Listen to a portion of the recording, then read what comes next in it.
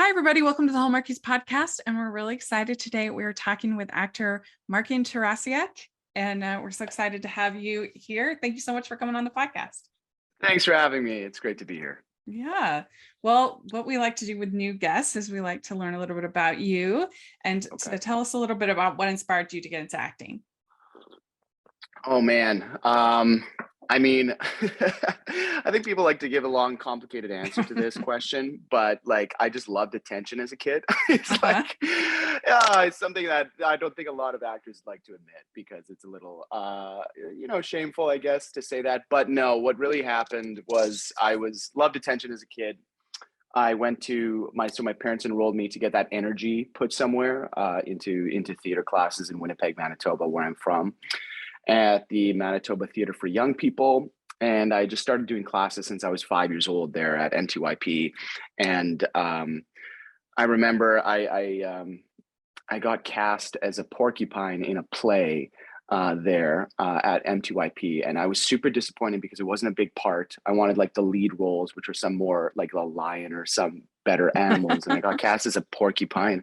And so I was really, really disappointed by that. But then a director saw me as this porcupine in Winnipeg and loved it enough to invite me to audition for a play at the Manitoba Theatre Centre, which is our big kind of like flagship theater in Winnipeg. And from there, I got cast and I got my first professional gig when I was 14 years old. And I loved it so much. I loved the process of it, the art form of it, kind of like just the rehearsal and just the whole experience. That was my first kind of foray into that professional world, not just doing it for fun and to goof off. And so after that, it was kind of set for me if I just wanted to go into acting after that. And that's what I pursued since I was 14 years old. That is really cute that you started with being a porcupine. That's really how it started. That's how my parents like to tell the story. And my mom, she explains the story with that I was crying in the car back home after I had found out that I got this part that I was disappointed with, but it ended up actually changing my life, which is funny. I think of that, and there's like a nice anecdote in there for actors of there's no such thing as a small part, and you never know where those opportunities are going to show themselves. Yeah, what's the whole there's no small parts, only small actors, right? Exactly. Yeah. So are your parents immigrants from Ukraine? No, my parents are not immigrants, but my grandparents are. So yeah, my grandparents on my dad's side. So I'm second generation on my dad's side and third generation on my mom's side. And they both came from the western parts of Ukraine. Emigrated in the 1890s originally. And then my grandmother and grandfather, my grandfather on my dad's side came in the 20s, and then my grandmother in the 40s from Ukraine. Did you have any like relatives that are still over there that you keep in touch with? I do. Yeah. With all of this that's happened, that must be hard. Yeah, it was incredibly difficult. And I do have family fighting on the front line in Bakhmut right now. Wow. Which is pretty shocking because that's like where the epicenter of the fighting is happening right now. So my cousin, I'm not sure what like the formal, but we call it my cousin. Sure. Is out there right now. His name's Stanislav Andrusev, and he's fighting there. One of the bravest people I know. And so yeah, when the invasion happened almost a year ago, it was very, very hard on my family, and we really reached out to our family in Ukraine to try to assist in any way we could. We even like offered to bring them over to Canada if they really wanted to do that. And I think this is kind of like encapsulates the Ukrainian spirit right now, that they denied the help from us because there's a sense of pride in this fight, in what's happening right now. And it's a fight for their way of life and their country and their independence. And so they didn't want to leave is really, really what it came down to. And I respect that so much. And they're hanging in there against all odds. And I do believe that they're going to be successful in this fight. Yeah. Have you been over there to Ukraine? I did, yes. I toured in 2013. I toured with a Ukrainian dance group because I used to Ukrainian dance semi-professionally with a group named Rusalka Oh, in Winnipeg. And so I actually went over there and danced and toured all for about a month. And I met my family. I met the people that I'm just talking about right now. And that was a life-changing experience for me. It was yeah. truly incredible. And it's an amazing country with such a rich history. And I'd never been before. I've grown up learning the language. Grown up Ukrainian dancing, but then to actually go there was just a really humbling, incredible experience. Yeah. That's so cool that you learned you took those dance classes that you learned how to do that. Yeah, it's quite the culture here. I'd say mostly in Winnipeg because a lot of the immigrants went to the prairies when they got here. And Mm-hmm. so Ukrainian dancing is just kind of part of growing up in Winnipeg, Edmonton, Saskatoon, kind of Mm-hmm. those kind of epicenters of Ukrainians in Canada. So yeah, it was just something I think, Yeah. and that obviously I think influenced my acting career, wanting Yeah. to perform. Yeah. So did you go to like theater school? How did you make that transition? I did, yeah. When I moved to Vancouver when I was 18 years old, and I went to a school called Studio 58 here, which is a conservatory style program, which means just I didn't learn anything other than acting for 3 years. Mm-hmm. So I say I went to college technically, but I don't really have a degree. I just have a diploma saying that I Yeah. graduated theater school.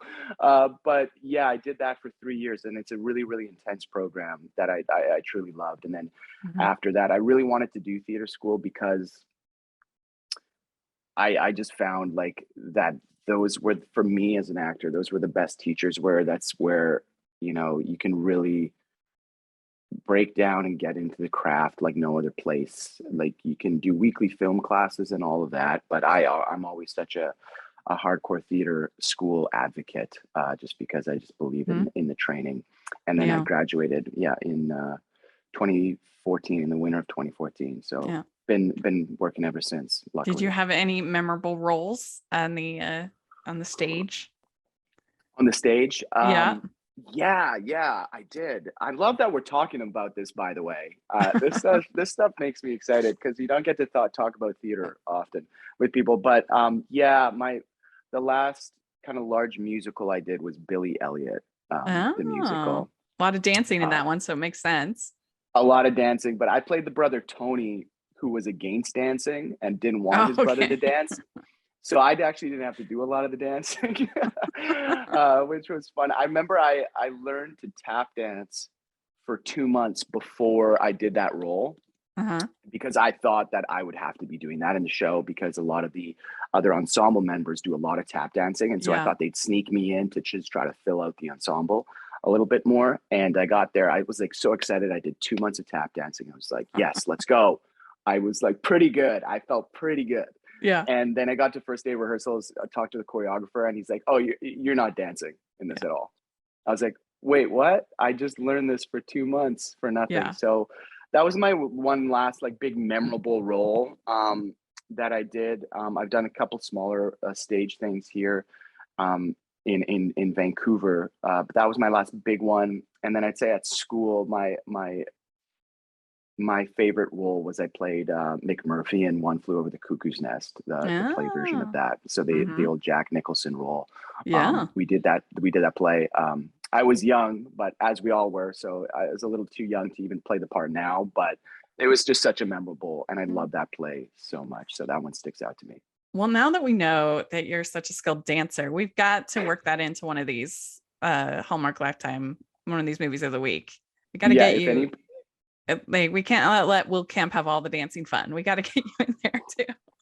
if there's any producer going to be listening to this, yeah, I'm Yes. ready. I'm ready. I've trained. I can do this.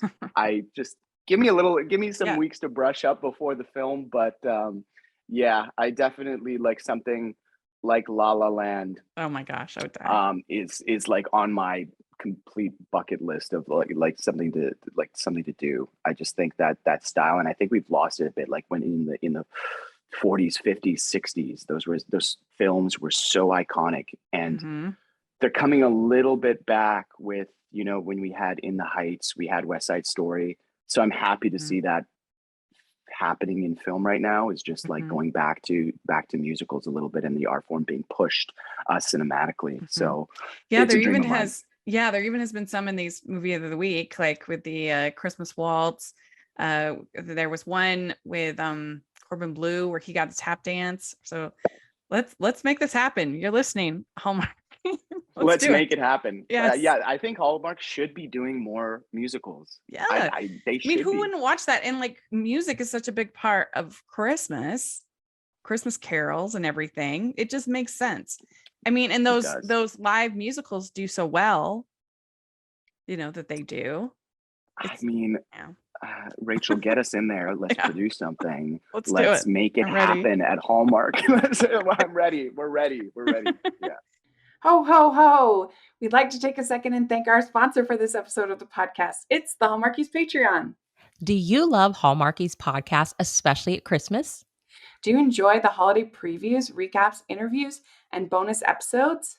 If the answer is yes, please consider supporting the Hallmarkies Patreon. We need your help to do what we do both during the Christmas season and all year round. But not only do you help a podcast led by strong, independent women by becoming a Patreon, you get to become a part of the Hallmarkies family. Starting at only $2 a month as a patron, you will have access to our Facebook Patreon group where we talk about the movies, shows, and more all year. We also have many monthly patron watch-alongs with guests like Lacey Chabert, Natalie Hall, Paul Campbell, Mary Lou Henner, and more, giving their behind-the-scenes details of their films. As a patron, you also have the chance to provide input into the podcast and even join us at different tiers. So this Christmas season, spread some cheer to the Hallmarkies Patreon and become a member today. You won't regret it. Go to patreon.com/hallmarkies to learn more.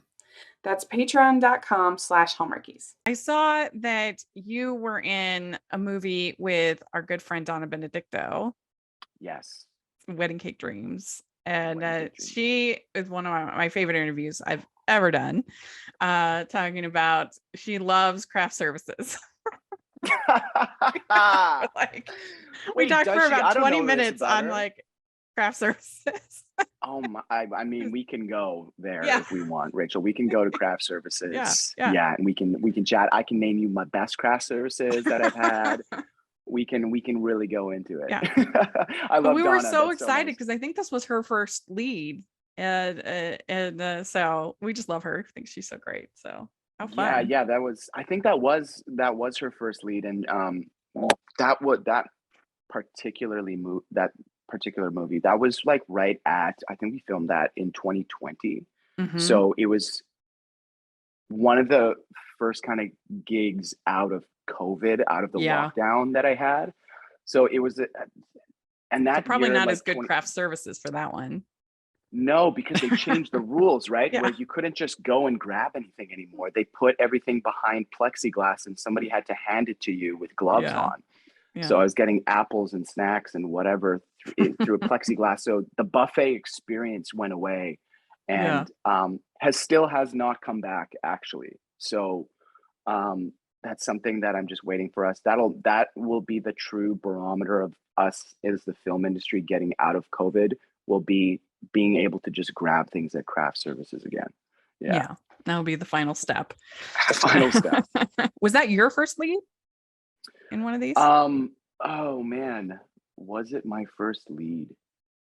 I think you're right, Rachel. I think so. I'd have to go through my filmography, but I think that was like the first lead where I was billed.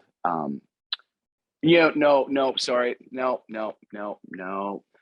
Christmas Jars. I did a movie called Christmas Jars in 2019. So that was for BYU television and City TV up here, and it actually went to theaters. It had this cool limited run. So that was the first time I saw ever it in saw theaters. myself.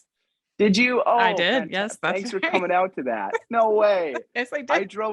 I drove down to I'm here in Vancouver right now, and I drove down to Bellingham, Washington, because it was playing in a theater in Bellingham, and so I drove down, and that was my first experience of ever seeing myself on the big screen, which was just a really, really cool experience. And the theater was sold out. I was so shocked. You know, when you do projects, I always brace myself for the worst, that it's just like not going to be good. All these self-conscious thoughts come in Mhm. and trying to just like mitigate disappointment all the time. And that one was such a surprise to me.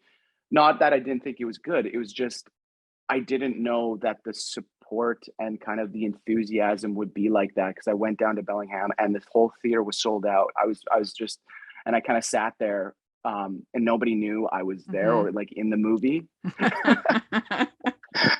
My partner at the time was like, "Do you think anyone's gonna recognize you?" I'm like, "I don't think so. I'm not." Yeah, and so sat there in the dark watching, and Mhm. so thank you for going out and seeing that Yeah. movie. So that was the Yeah. first lead that I would have had. Yeah, I just had to jog my memory a little bit here. Very cool.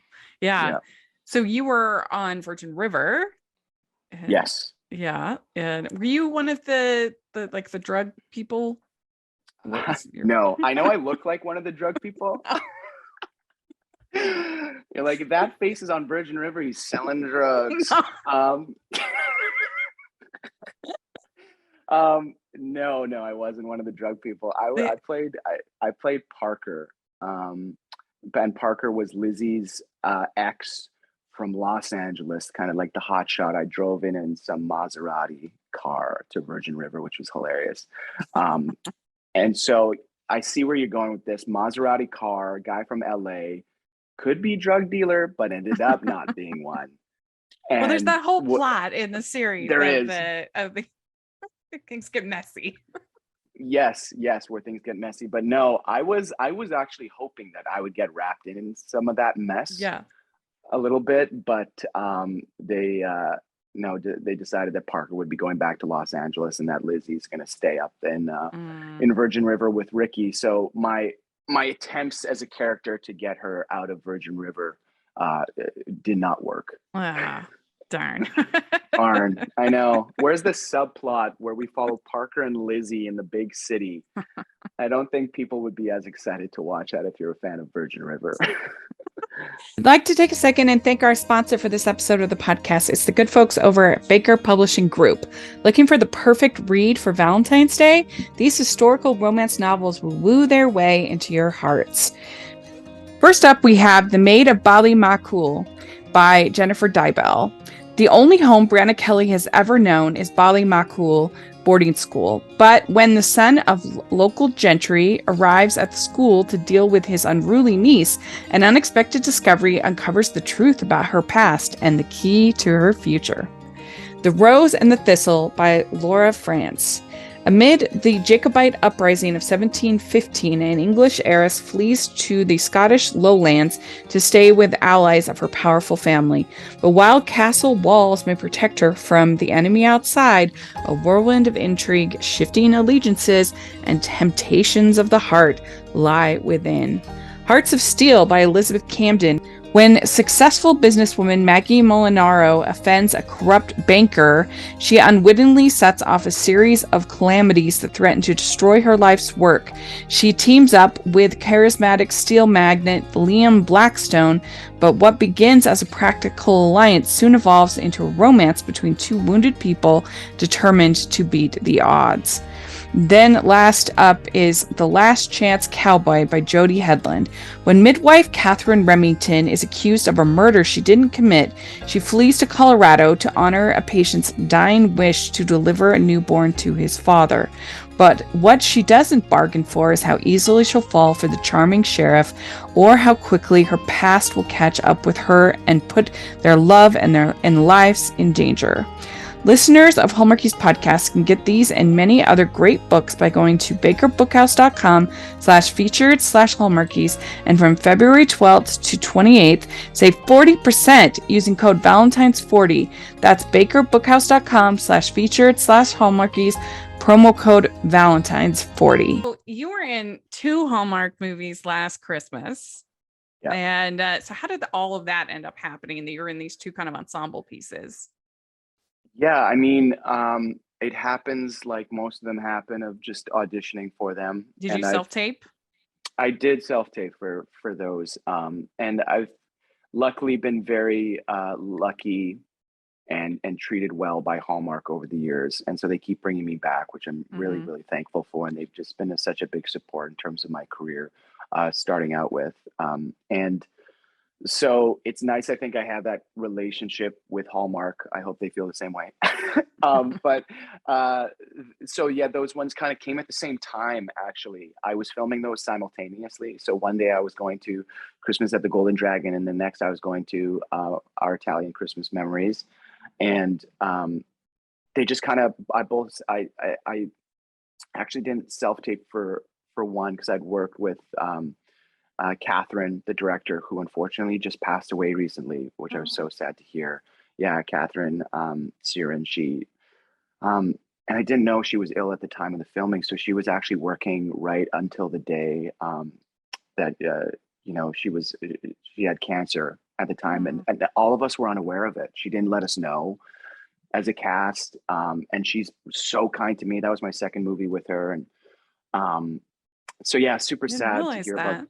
Yeah, to hear about that. She just passed away early in January, and so that yeah, it's sad, and that movie particularly deals with old age, Alzheimer's, and kind of illness. At the end of the day, so that one Mm. was interest. That one was just, it was a nice one to be a part of because I felt it was a bit heavier than some of the other Christmas movies, which can be light and fluffy. And this one I felt dealt with like real life issues Mm-hmm. in grandparents getting older, and Well, the effects that has. Yeah. yeah, and it was interesting because they aired them the same weekend. So we're just like, we're Yes. getting lots of Marky. And do you know that like this movie coming out, the Welcome to Valentine, and then I have another Yeah, yeah. rom-com on the same weekend again. This has happened to me twice in the same year, where like the projects are coming out on the same weekend. So I'm doing a Saturday Sunday bill again with this, and Mhm. they did that. You're right, with the Hallmark there in December. So it was fun to get some memes and some tweets about me on that weekend, because it's like it was a lot of that meme with Leonardo DiCaprio looking Yeah. at the TV of like, hey, I just saw that guy and now he's playing a doctor. Yeah, it's like, is he cheating Uh, on Sarah Powers? Like, what's I think there is some kind of multiverse yeah. universe where Markian is kind of like the Frank Abagnale Jr. from Catch Me If You Can, where Right. I'm just like playing different roles in the same world, and I'm just a Yeah. big con at the end of the day, Well, and I and I noticed get they caught. they like casting you as doctors a lot. Hmm. Yeah. I've been yeah, I've played doctors a few times. I don't Yeah. know. Maybe it's my calm demeanor that I can bring to some of these Maybe. things, and just like look at you and say, I'm gonna have to do that scan on you. And I don't even know what to say as a doctor. This is horrible. I Yeah. play doctors and I don't even know how to improvise as one because I'm so far from the medical field. Well, at least you're not on like Grey's Anatomy or something where you have to learn those long medical names of Yeah, things. I mean, hey, if Grays will ever call me, I will answer Yes. the phone. But you're right that when you're auditioning as an actor, for the hardest things are actually doctors, when you get that jargon, and then Yeah. sci-fi stuff when it's made up jargon. Oh, right. And Yeah. it's a bit easier now because you can self-tape and like have that time to learn this stuff and do it. But before, you'd have to go into that audition room and hit that on the first take, because if you start flubbing that like lines, like Mm-hmm. immediately everyone's sitting in the room saying like, you can't get this stuff out. So those ones were always the most stressful to me, was like medical scientific terms walking into those auditions, and I would be so stressed. Mm-hmm. Now, on both of these, did you have a lot of days on those Christmas movies? Because your scenes were a lot of times kind of separate from the bigger group. Yeah, I'm trying to think back. I think on Christmas at the Golden Dragon, I had 9 days of filming, Okay. and on Italian Christmas Memories, I had 5. So I think it Okay. was like a three to 4 week span where I was Mm-hmm. kind of trading spots with those two, and then Welcome to Valentine, we shot in 14 days, which is the fastest shoot I've ever been a part of. So that one was a whirlwind and just like go, go, go. And pretty intense because that amount of lines and that many scenes, like they were fitting us in. And I think a lot of that was done out of respect for us because we filmed in Ottawa in December, which if you've ever been to Ottawa, Ontario in December is freezing cold. So And you so they had were, that early. You filmed that last year. I mean, in 2021, then December. no, 2022. Really? Yeah. Wow.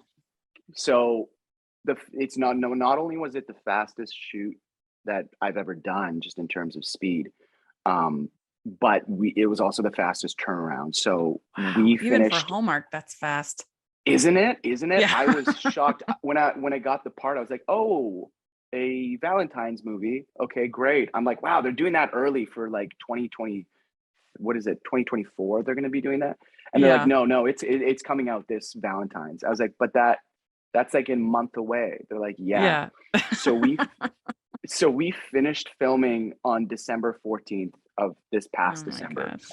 And then I was going in for ADR in mid-January already. So they did it quick, but I don't think it's going to take away from the quality, the work everybody put in and kind of the dedication and the care they've put got it into down to a science. They know how to do it. They really do. Now, in our Italian Christmas Memories, you teach her how to make Ukrainian cookies, if I'm remembering right.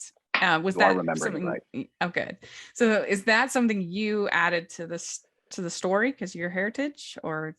Yeah. So, again, I was talking about Catherine before. So, Catherine reached out to me, and they wanted to incorporate another culture into the film. So the Italian was one aspect of it, and then they wanted to bring something else. And Catherine remembered that I was Ukrainian, and she reached out and really gave me carte blanche with what do you want to do. So the scene with the dinner where I bring the pirohe or the pierogies, or the vareniki, they're called at Christmas. That was again something that she let me bring to the table. And so she asked me what would be a dessert that you could make together and what would be something that you bring to Christmas dinner. And then on top of that, the Ukrainian shirt that I was wearing in the movie for the final dinner scene, it was actually my own Ukrainian shirt.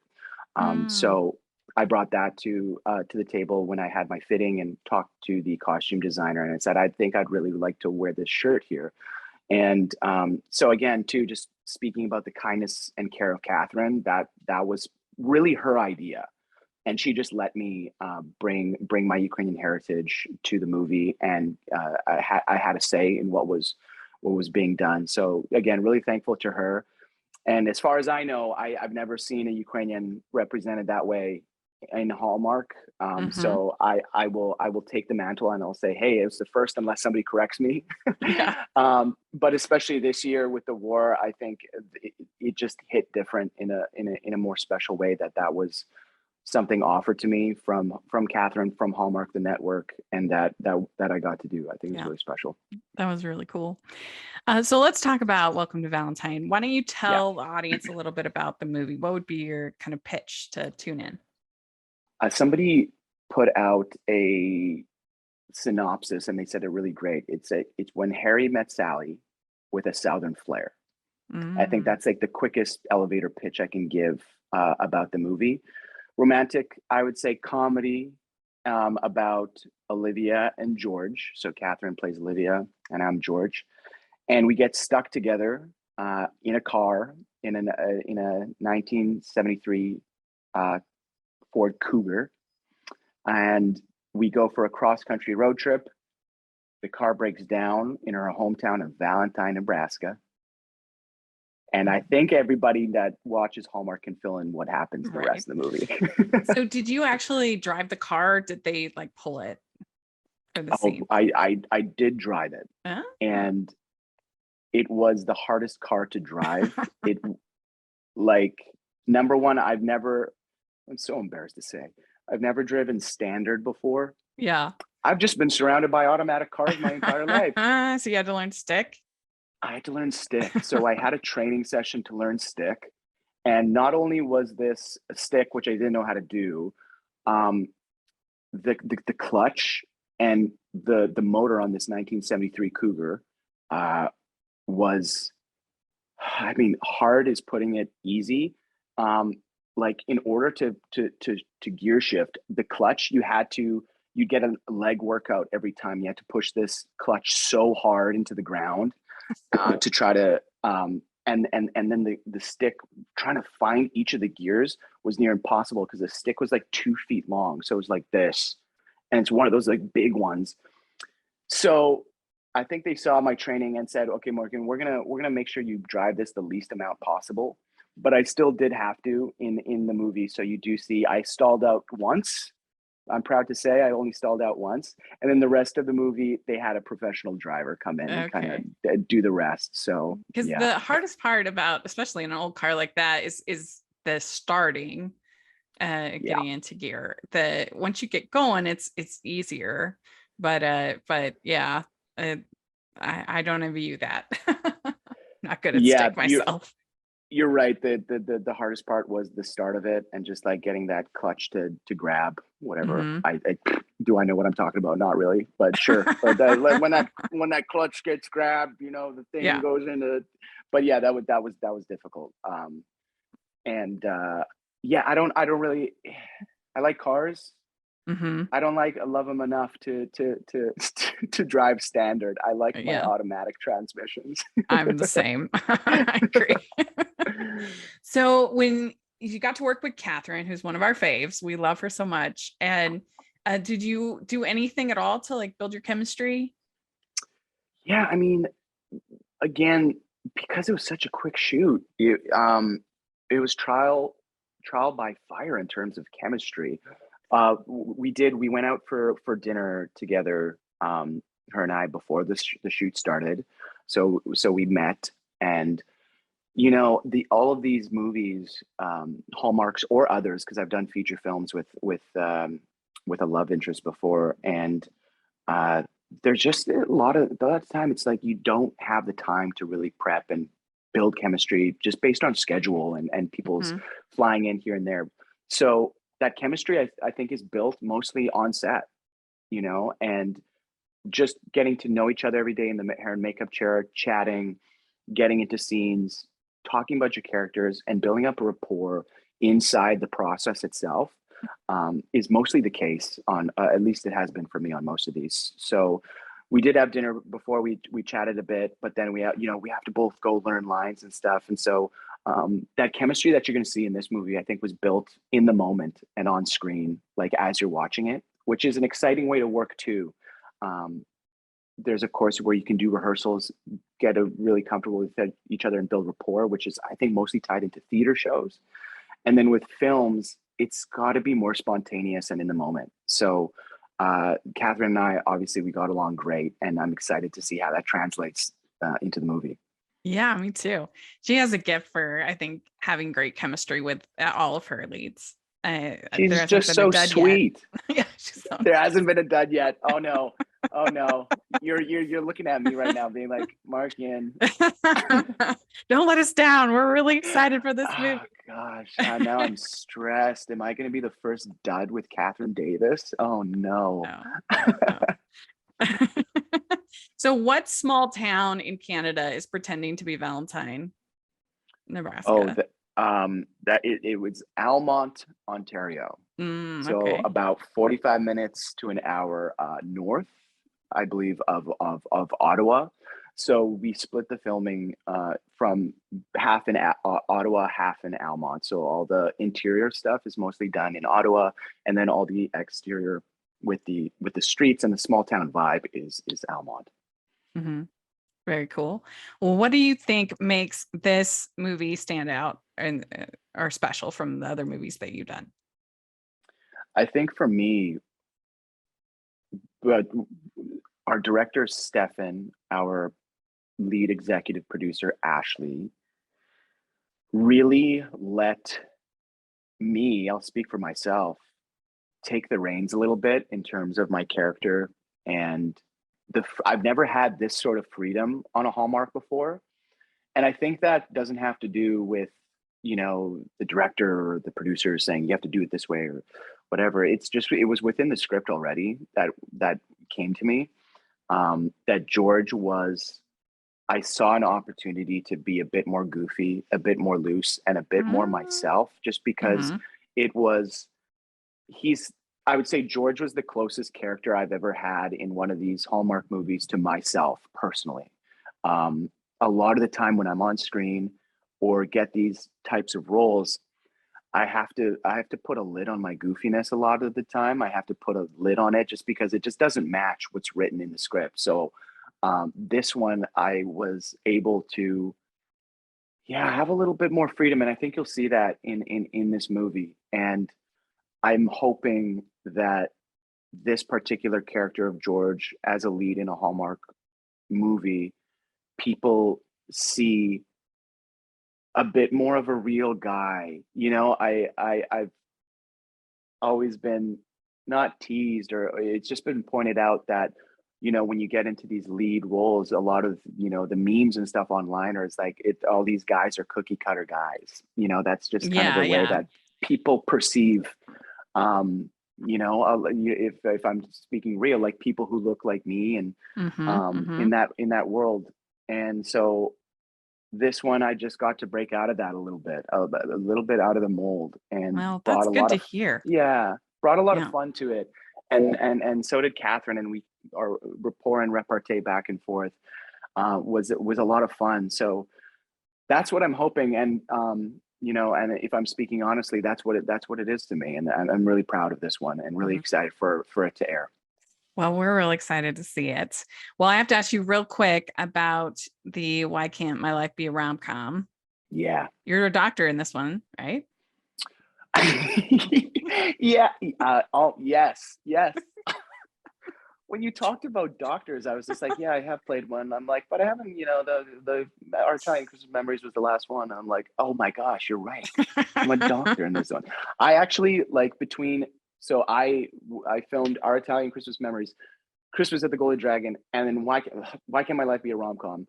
All these have the longest names, by the way. I filmed those back to back to back. So that was August through October for me. So I think they've all just meshed in my head a little bit. Yeah. But you're right. Yes. Yeah. It's like a fun little rom-com. They're going to be on the E Network, which is new. It says follows Eliza, who decides to follow the advice she finds in a 50-year-old self-help book when she ends up both single and without a job. So, and I guess you're a doctor in the Hamptons. Very fancy. Yes. It's Eliza and her friend go to the Hamptons to find husbands one summer, and meet a bunch of suitors, and I'm one of them who is a doctor. I'm rich. I'm literally called. My name is Rich, and I am rich. Nice. Yeah, a love triangle with a handsome doctor and a towel boy. Yeah. So there's the towel boy. There's the doctor. I'm playing the doctor in this one. Yeah. Very excited for this one. If you're a fan of Hallmark movies, but you're looking for a little more risque nature, a little more spice. This is a little more spice, a little, little more to the scenes. They don't call cut as fast on the E Network. So if you're into that, I please hop on over to E. I think it's going to be a lot of fun. And this is their first foray into making original movie content, I think. And so they're trying to get into the original content space. And I think this kind of space with the rom-com nature to it, a little pop, it feels like pop culture, a lot of relevance, a lot of jokes that, that are relevant today. And so, come and watch that one. It's a lot of fun. I know I'm going to tune in. That's for sure. We'd like to take a second and thank our sponsor for this episode of the podcast. It's the Hallmarkies merch store. Are you looking for that perfect gift for the postable, hearty, or Hallmarky in your life? What about getting that t-shirt or hoodie that will help you stand out at your next holiday party? Now is the time to check out the Hallmarkies merch store. Full of festive designs by artists like Jessica Miller, Carrie from Hallmark Comics, and more. You can even have more than just shirts, but totes, cell phone cases, notebooks, mugs, and more. And it isn't just Hallmark. We have designs for Anna Green Gables, Man from Snowy River, The Nanny, and more. Every purchase at the merch store goes to help support the podcast and allows us to make the great content you know and love. There are frequent sales, so go to tpublic.com/stores/hallmarkies or see the link in the description. That's tpublic.com/stores/hallmarkies. Well, we have some fun, silly questions to ask at the end Okay. of our interview. Great. So the first one, what is the best ice cream flavor? Ooh, chocolate chip cookie dough. Yeah, nice. Very good. Hands down. Okay, what's your favorite color? My favorite color, I'm boring in this arena. It's just a nice navy blue. Okay, good. Yeah. Good. I was thinking Father of the Bride with Navi. I didn't think you'd have a Navi tuxedo. Oh, yeah, Frank. Yeah, Frank, Martin Short. Navi. I It's not mean, Navi. Navi tuxedo, yeah.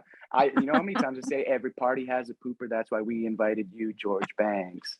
George Banks. I use that line all the time. All right. What music are you into right now?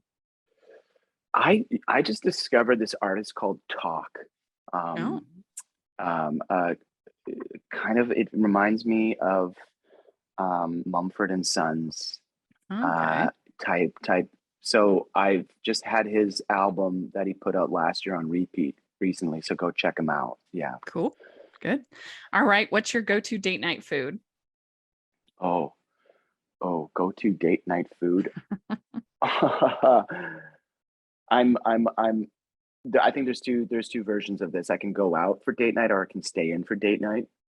Staying in date night is always sushi to me. Okay. And ordering sushi in, and going out date night would be, there's this great restaurant, I'm going to plug them in Vancouver, called Bao Bay. So it's an Asian fusion place here, and that's kind of my buns. Yeah, they have them, right? So just that kind of like elevated Asian flair, I think, is my favorite going out food.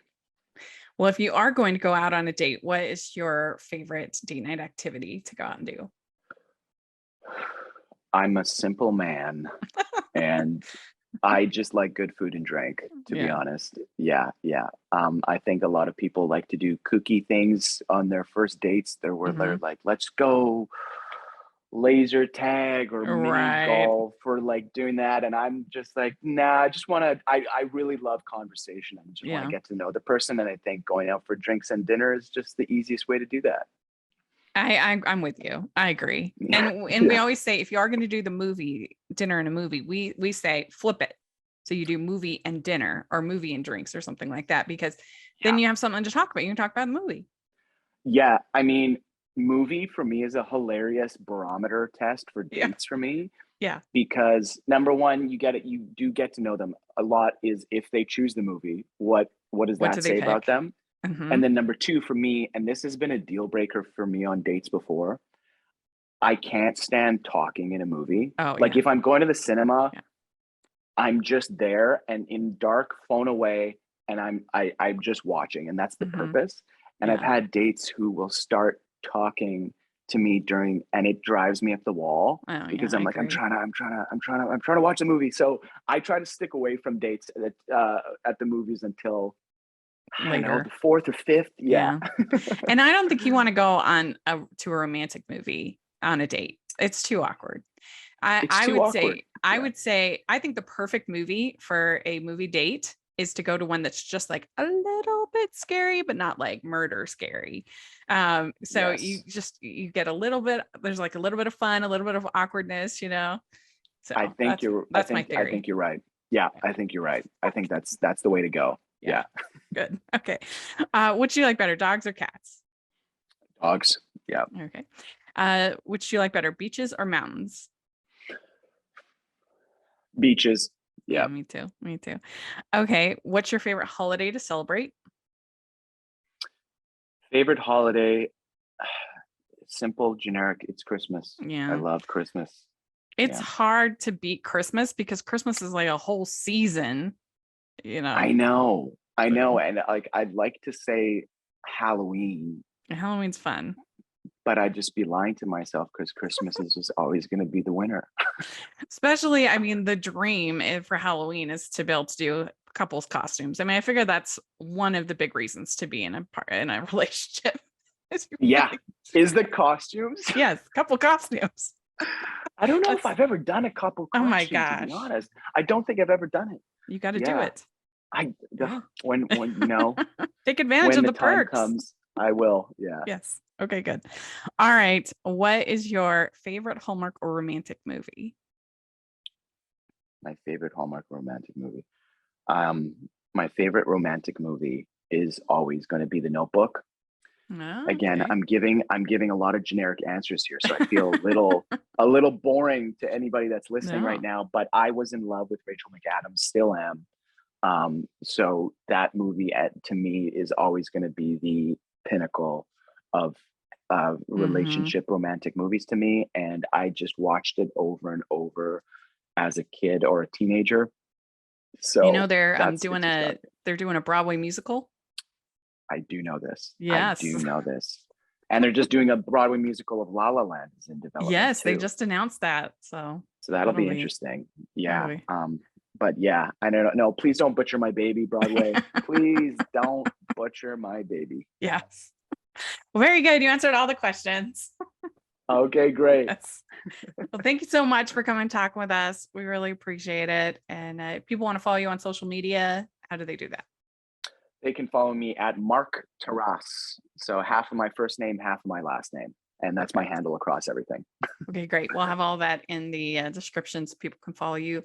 And thanks again. We're really looking forward to both the movies and to what you do coming up in 2023. Great. Thanks so much. Thanks so much for having me. This was great. We'd like to thank Markian for coming on the podcast. This was so much fun to get to talk to him and get to know him. And I really enjoyed our conversation. Let us know what you thought of all the things we talked about in the comments. We'd love to hear your thoughts. And you can find us on all the social medias at Hallmarkies Pod and Hallmarkies Podcast. You can find me at Rachel's Reviews, all of our social media, iTunes, YouTube, and on Rotten Tomatoes. So check that out. If you are listening on iTunes, please leave your ratings and reviews. That really helps us a lot. And if you are watching on YouTube, please give the video a thumbs up and subscribe to the channel. We appreciate that so much. We also have a patron group and merch store, which is a ton of fun. And thanks so much again to Markian, and we'll talk to y'all later. Bye.